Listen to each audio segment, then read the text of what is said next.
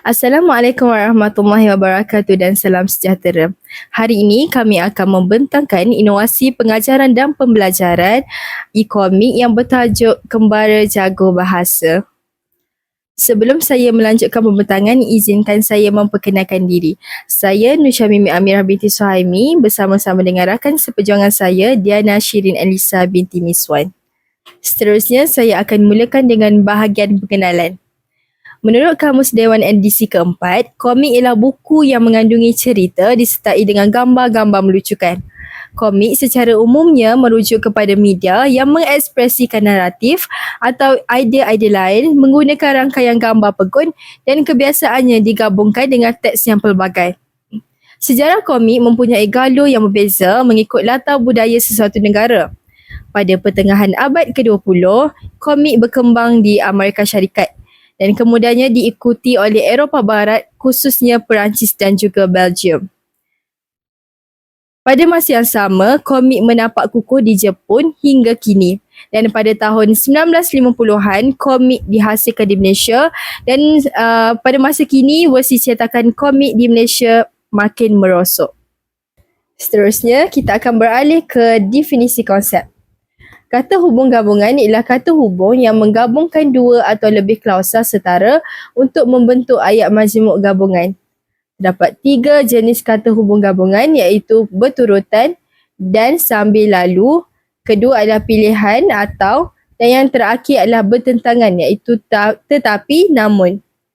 Ayat majmuk gabungan ialah 2 ayat atau lebih yang bersifat sama taraf iaitu masing-masing dapat berdiri sendiri tetapi digabungkan dengan menggunakan kata hubung seperti dan, atau, tetapi dan sebagainya. Ciri-ciri inovasi e-komik kami yang pertama adalah visual yang menarik iaitu penggunaan ilustrasi yang jelas dan karakter yang ekspresif.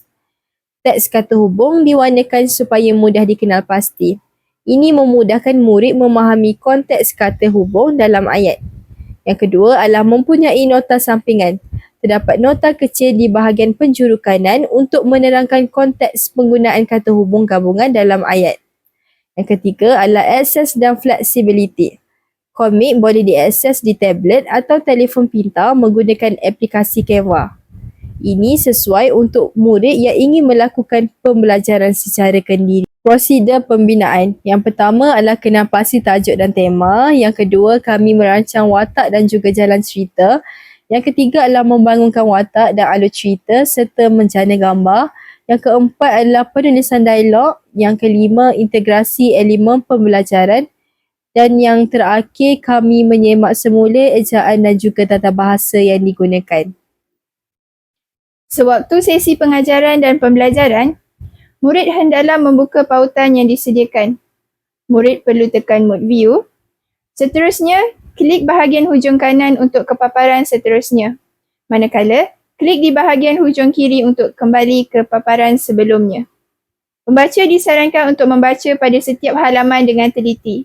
Kemudian, pembaca hanya perlu menutup paparan selepas selesai membaca semua halaman.